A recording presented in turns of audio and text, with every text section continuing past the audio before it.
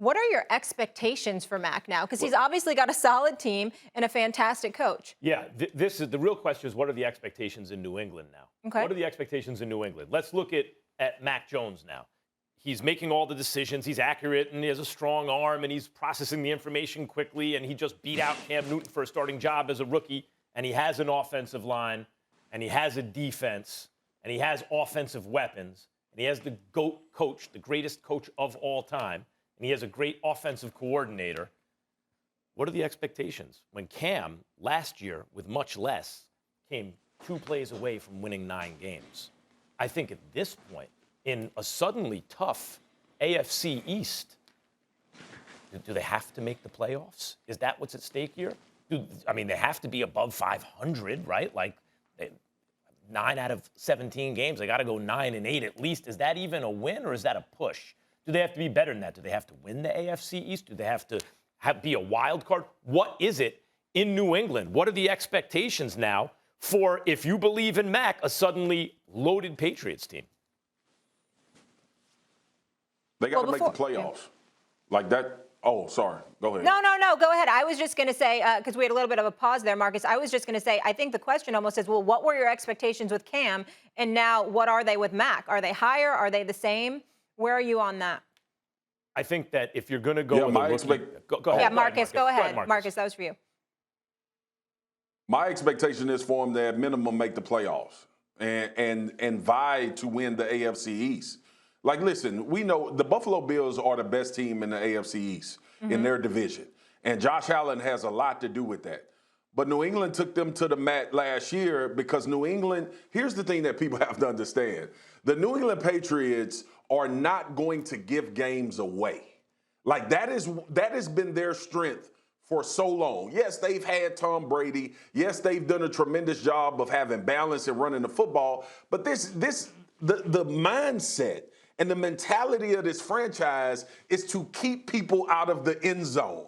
That is how they're built. They want to win in a traditional way in football. And listen, I know it's not popular because we do have these dual threat quarterbacks who are playing tremendous and doing all of these wow factor things. But Bill Belichick last year, all right, I'm going away. Last year, Bill Belichick with Brian Hoyer as a starter had the Kansas City Chiefs on close in the fourth quarter.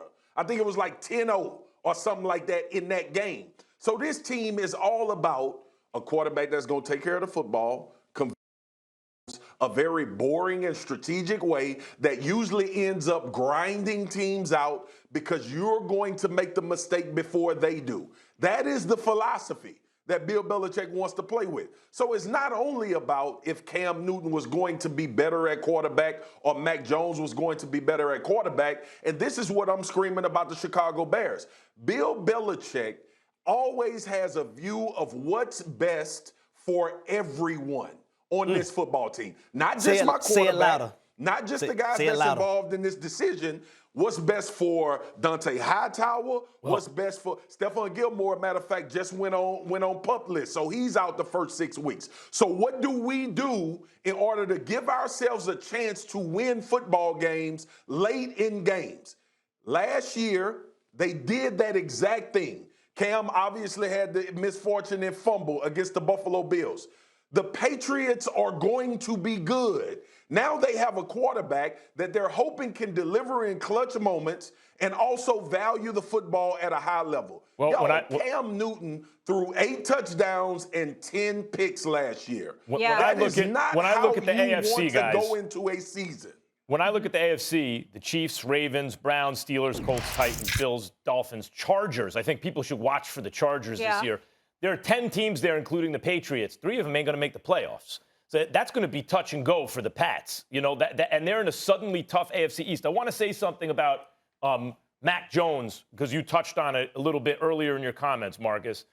He went last among the top flight quarterbacks, and I thought he should have gone last among the top flight quarterbacks, the first rounders, because he's not a dual threat, because he doesn't have mobility. And it reminds me of the NBA until pretty recently, where throughout a lot of my life, the bigs would go before a lot of the other guys who turned out better than them. Why? Because height was easy to project in the NBA. You knew height was an advantage. At the quarterback position now, being mobile, being a dual threat quarterback is an advantage that's easy to project. You know that will play. You have to have the other stuff, but at least you know you have that. And Mac Jones, if you look at him in college, was on par in terms of his level of success with Joe Burrow, went first overall last year, with Trevor Lawrence, went first overall this year. He was setting records for completion percentage, and he was leading the NCAA in yards per attempt and all those things, right? So it wasn't his success in college. He was a national champion. He showed out even at the Iron Bowl when they lost, right? A couple of years ago. He played big in big games. It wasn't that Joe Burrow and Trevor Lawrence had more success in college. It's that we projected, and by we, I mean the media and the pundits, projected those guys to be better in the pros because they had some things Mac Jones didn't. But what Mac Jones might have is the thing, Tom Brady comparisons will be inevitable because he's taking over the reins, really, is the thing that Tom Brady has better than everyone, right? He makes quicker decisions. He makes better decisions faster than anyone else. That's the thing. See, man. See, it's bro, not true. Like, Tom Brady doesn't make the best decisions the fastest? Man, I thought that was Peyton Manning, but yeah, but Peyton Manning didn't have the arm strength to play. Marcus, what are you mad about? So that's two. What are you mad about right now? Bro, Joe Burrow had the greatest season of a quarterback in the history of college football. Sure. And Mac Jones, by no means am I discounting what he did at Bama. It was phenomenal. But let's not get crazy, Max. Like, Joe Burrow made great decisions, fast decisions from the pocket. This dude went from undrafted and beat 7 top 10 teams on his way to a championship. I'm not doubting Joe Burrow. So don't have this. You know what Mac Jones did last year? Mac Jones won the starting job that you start going crazy. Do you? Whoa. Pump those brakes. Do you know? Thanks for watching ESPN on YouTube. For live streaming sports and premium content, subscribe to ESPN+.